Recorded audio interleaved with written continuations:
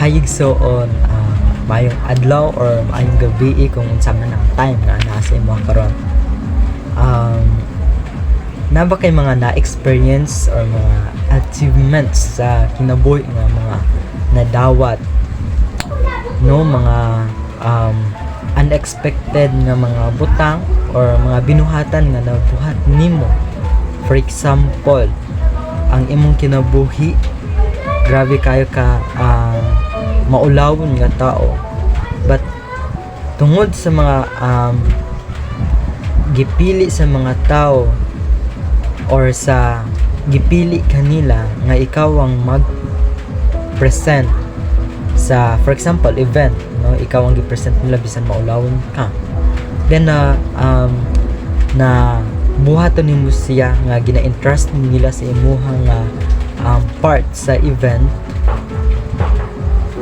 Kumaga makita ang imong potential, no, mo na ang mga example dira, mo na ang usahay nga ga-wonder ka nga nabuhat man ako to,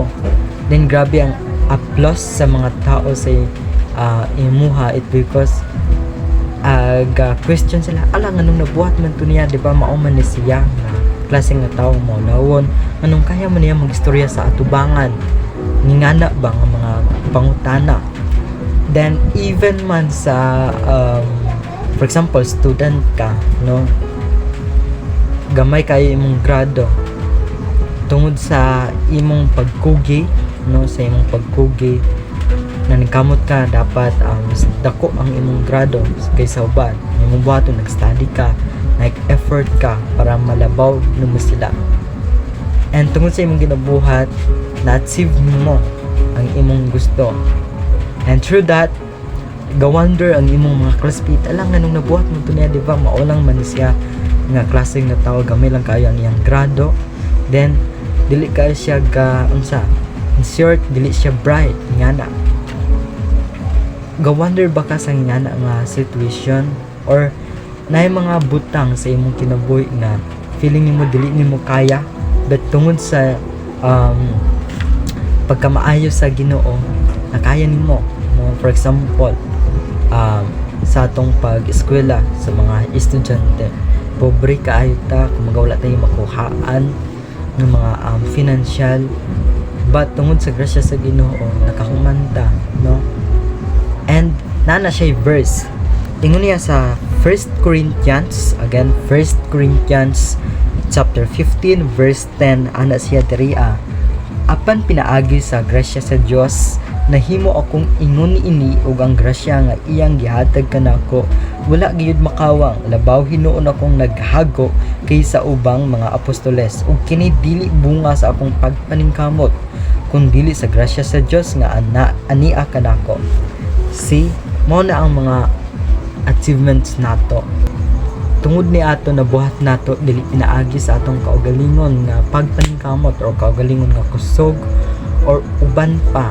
nabuhat nato for example sa ministry, no, ga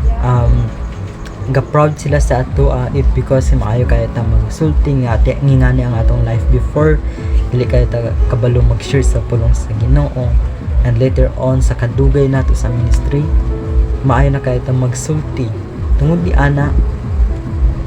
maka-question sila ba, ala grabe lagi to siya, ay dati nga ni ang iyang kanang position karon ni increase na gamay, ana dili nato to siya mabuhat with of our kanang own strength or own kanang understanding, but pinaagi sa grasya sa Ginoo nabuhat nato ang mga butang, no, nabuhat nato ang mga butang na feeling nato dili nato makaya kay tungod lagi gadawta sa atong kaugalingon, but kini nga pulong nag-remind sa ato nga